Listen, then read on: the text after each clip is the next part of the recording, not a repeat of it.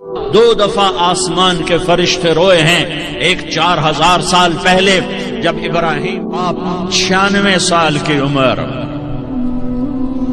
اور 6 سال کا بچہ، اور حکم دیا جا رہا ہے دشمن کے گلے پہ چھری چلانا تو بڑا آسان ہے کہ انسان جب وحشی بن جاتا ہے، جانور بن جاتا ہے، سانپ بن جاتا ہے تو اسے ڈسنے میں کوئی آر نہیں ہوتا، اسے کاٹنے میں کوئی آر نہیں ہوتا، لیکن سامنے تو اسماعیل کھڑا ہے، 86 سال کی عمر میں بیٹا ملا اور باپ 92-94 سال کا گیا، اور میرا رب کہتا ہے ابراہیم اسماعیل کی گردن پہ چھری چلا دے، میں دیکھنا چاہتا ہوں تو میرا ہے یا اسماعیل کا ہے، تیرے دل میں میں ہوں یا اسماعیل ہے؟ کہ میرے رب ہزاروں اسماعیل تجھ پہ قربان کر دوں۔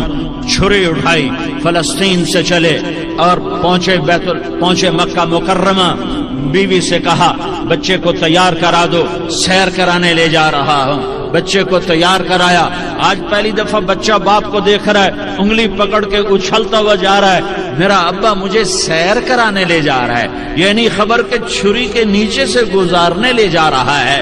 اور لیاری والوں کو پیغام دینے جا رہا ہے کہ اللہ پر ہر شے قربان کرنا سیکھو، اللہ کے لیے ہر جذبہ چھوڑنا سیکھو، ہر شے سے ہٹنا سیکھو، جہاں اللہ ناراض ہے ہٹ جاؤ، ہٹ جاؤ، ہٹ جاؤ، ہارنا پڑے ہار جاؤ، مٹنا پڑے مٹ جاؤ، لٹنا پڑے لٹ جاؤ، دھکے کھانے پڑے کھا لو کھا لو کھا لو، کہ دنیا میں سب سے زیادہ دھکے کھانے والا میرا حبیب محمد مصطفیٰ، مجھے لیاری کا کوئی گھر دکھاؤ جہاں غریب نے پیٹ پہ پتھر باندھا ہو۔ ابراہیم نے چھری نکالی، بیٹا تیرے ذبح کرنے کا حکم ہو چکا ہے۔ بیٹا کہتا ابا جلدی کر، دیر کیوں کرتا ہے؟ ہاں کہانی سنانی ہے لیاری والوں کو، ایسی اولاد بناؤ، ایسے باپ بنو، اللہ کے امر پر یوں قربان ہونا سیکھو۔ اور اب معصوم بچے کو حیران ہو کر ابراہیم دیکھتا ہے، بیٹا تجھے پتا ہے میں کیا کہہ رہا ہوں؟ کہاں پتا ہے، آپ کہہ رہے ہیں میں ذبح کروں گا تو میں مر جاؤں گا، میں مر جاؤں گا تو مجھے آپ کی جگہ اللہ ملے گا، اللہ آپ سے بہتر ہے، مجھے دنیا کی جگہ جنت ملے گی، جنت دنیا سے بہتر ہے۔ پھر معصوم بچے کو ماں یاد آ جاتی ہے، پھر کہتا ہاں مجھے اپنی ماں کا غم ضرور ہے، اسے بڑا صدمہ ہوگا میرے مرنے کا۔ تو اپنا گریبان کھولا اور کرتا اتارا، کہ ابا میں جب مر جاؤں تو یہ کرتا سنبھال لو، یہ میری ماں کو دے دینا، یہ میری نشانی اس کے پاس رہے گی، جب کبھی میں یاد آؤں گا میرا کرتا دیکھ لیا کرے گی، اور تو اپنے کرتے میں مجھے کفن دے کر ادھر ہی دبا دینا، مجھے ادھر مکے نہ لے جانا کہ میری میت کو دیکھ کر میری ماں کو بڑا دکھ ہوگا، مجھے ادھر دبا دینا۔ ابا میرے ہاتھ باندھ دے، میرے پاؤں باندھ دے، اور لیاری والوں کو پیغام دے دو کہ اللہ پہ یوں قربان ہوا جاتا ہے۔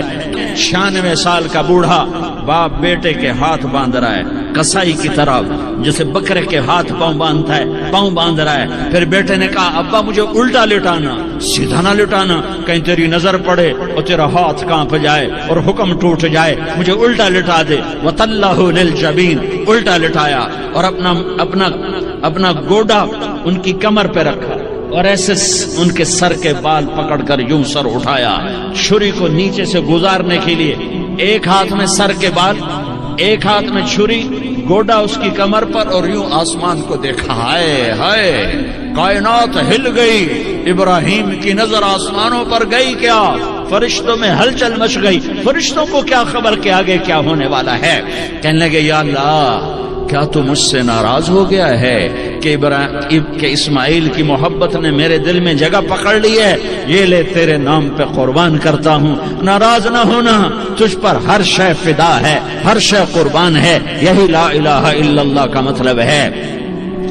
چھری چلائی، جب یہ کہا یا اللہ میں تیرے نام پہ اسماعیل کو قربان کرتا ہوں، 7 آسمان کے فرشتے زارو زار روئے کہ فرشتوں کو نہیں پتا آگے کیا ہونے والا ہے۔ دوسری دفعہ 4000 سال بعد کی جو صبح ہے اللہ نے والفجر اس کی قسم اٹھائی، پھر ولیال عشر، یکم سے 10 ذوالحج کی جو راتیں ہیں ان کی قسم اٹھائی، وہ شفع یہ 10 کے دن کی قسم اٹھائی، والوتر اور یہ اللہ تعالیٰ نے 9 تاریخ کی قسم اٹھائی، واللیل اذا یسر اور یہ 9 اور 10 کی درمیانی رات کی اللہ تعالیٰ نے قسم اٹھائی یہ کسی بھی ٹائم کی، دن کی، مہینے کی، سال کی، اس طرح اللہ تعالیٰ نے خوبصورت انداز میں قسم نہیں اٹھائی جیسی اللہ تبارک و تعالیٰ نے یہ ان 10 دن راتیں،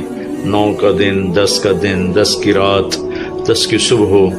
اور اللہ کے نبی کا فرمان ہے کہ ان 10 دنوں میں اللہ تعالیٰ کو جتنی عبادت پسند ہے وہ اور کسی دن میں بھی پسند نہیں.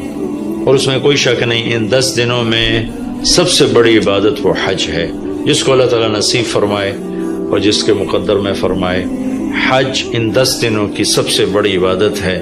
عرفات کی ایک دن کی حاضری وہ 10 لاکھ دن کی حاضری یا 1 لاکھ دن کی عبادت کے برابر ہوتی ہے. اور عرفات کے دن کی حاضری میں اللہ تعالیٰ کا ارشاد ہوتا ہے، میرے بندو آج اتنے گناہ لے کر آؤ، جتنے بارش کے قطرے، جتنے درختوں کے پتے، جتنے ریت کے ذرے، جتنے گردش ایام میں جب سے ٹائم شروع ہوا ہے اس میں بننے والے دن اور رات، اور یہاں کے توبہ کرو میں سب معاف کروں گا. اور عرفات کے دن جتنا شیطان ذلیل ہوتا ہے اتنا کسی دن بھی ذلیل نہیں ہوتا.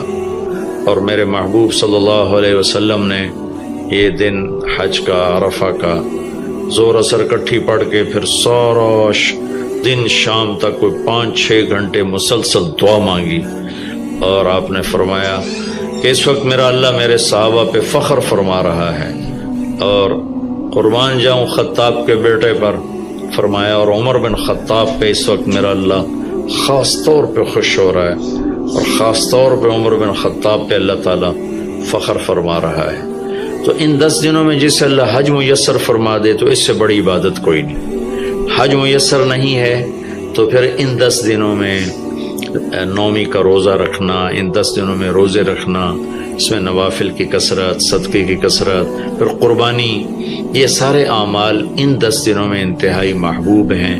جنہیں اللہ سعادت دے دے حج کی، بار بار جائیں. تابعوا بین الحج والعمرہ، حج عمرہ آگے پیچھے کرو، آگے پیچھے کرو.